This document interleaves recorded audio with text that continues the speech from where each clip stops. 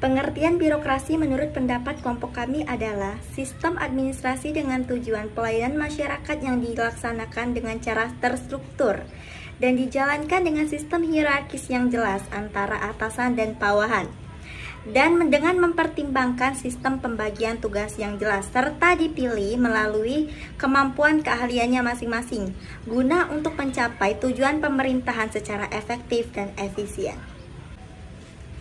Contoh penerapan dari pengertian demokrasi yang telah saya sebutkan tadi yaitu di negara kita, yaitu negara Indonesia, di mana di Indonesia terdapat pembagian tugas yang jelas antara atasan, yaitu dalam hal ini presiden, dengan bawahan, yaitu DPR, dan masih memiliki tujuan yang sama, yaitu untuk membuat suatu kebijakan sesuai dengan kebutuhan masyarakat.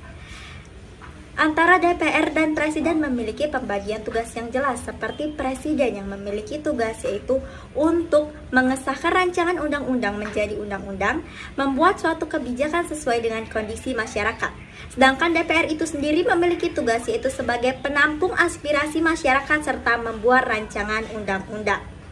Selain itu juga antara Presiden dan DPR memiliki kemampuan keahlian yang berbeda-beda, di mana Presiden memiliki kemampuan keahlian yaitu untuk membuat suatu kebijakan sesuai dengan kondisi masyarakat, sedangkan DPR memiliki kemampuan keahlian untuk membuat suatu rancangan undang-undang sesuai dengan aspirasi masyarakat. Baik, selanjutnya saya akan menjelaskan tentang pengertian dari konsep birokrasi. Sebelum saya jauh masuk ke dalam konsep birokrasi, saya ingin mengingatkan kembali dan menjelaskan ulang bahwa apa itu konsep.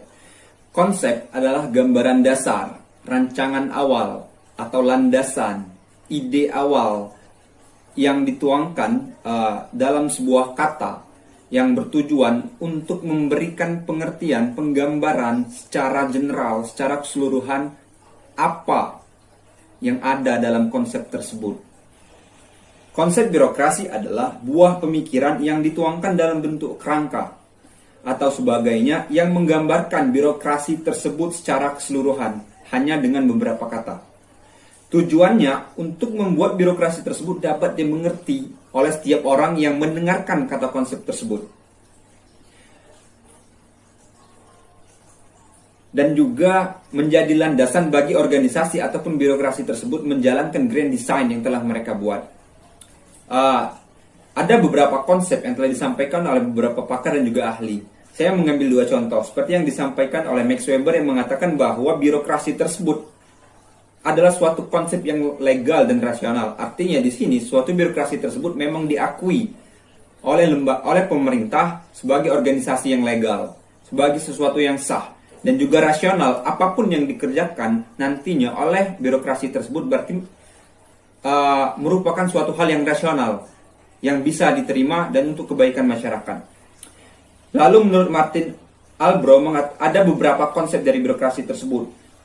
Pertama, dia mengatakan bahwa birokrasi sebagai organisasi yang rasional. Kedua, dia mengatakan birokrasi sebagai inefisiensi organisasi. Ini seperti contohnya penggemukan birokrasi. Selanjutnya, birokrasi sebagai kekuasaan yang dijalankan para pejabat. Artinya di sini para pejabat menjalankan kekuasaan menggunakan birokrasi tersebut. Birokrasi sebagai administrasi publik, artinya birokrasi sebagai penyelenggara administrasi negara. Birokrasi sebagai administrasi yang dijalankan oleh pejabat. Birokrasi sebagai suatu organisasi.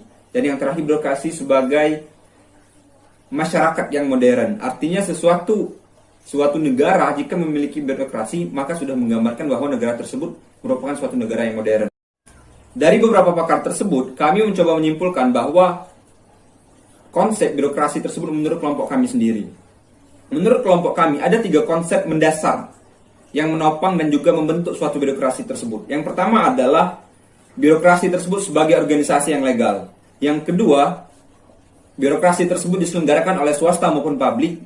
Yang ketiga, birokrasi tersebut sebagai penyelenggara pelayanan publik. Kami memberikan contoh nyata.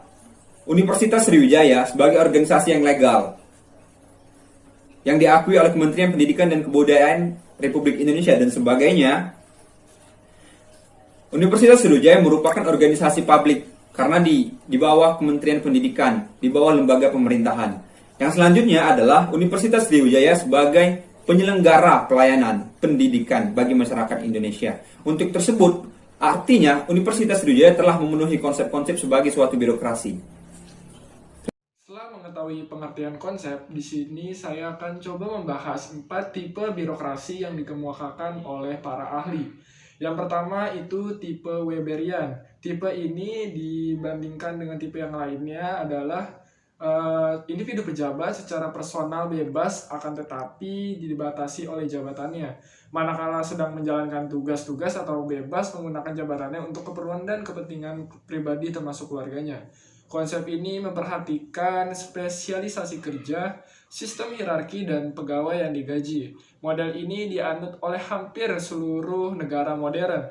Namun model ini memiliki beberapa problema yang dianggap kurang efisien dan kurang efektif, sehingga gagalnya administrasi yang berpihak pada rakyat.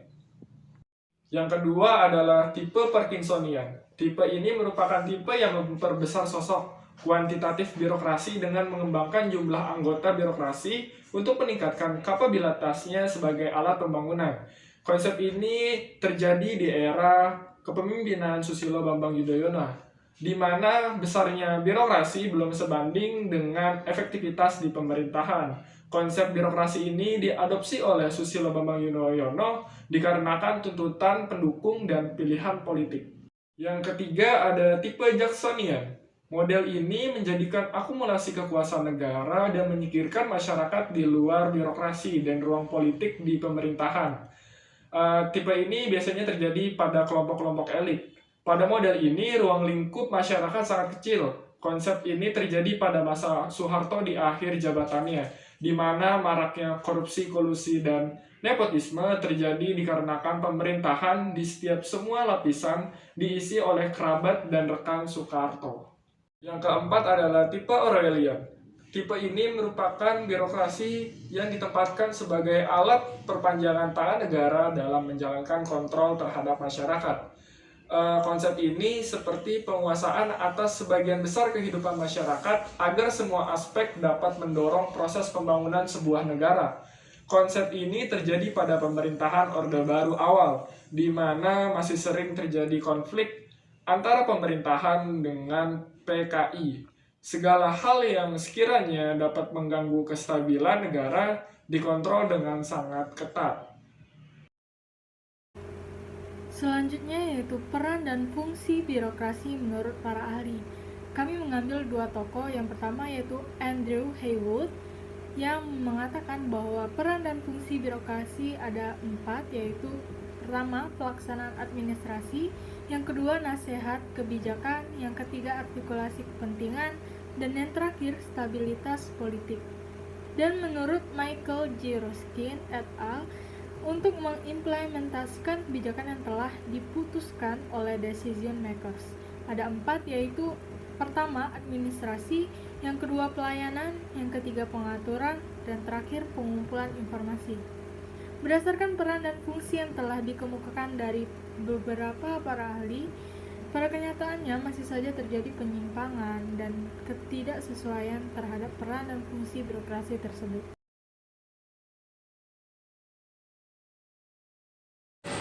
Jadi kesimpulannya, birokrasi merupakan sistem administrasi yang bertujuan pada pelayanan masyarakat yang dilaksanakan dengan terstruktur,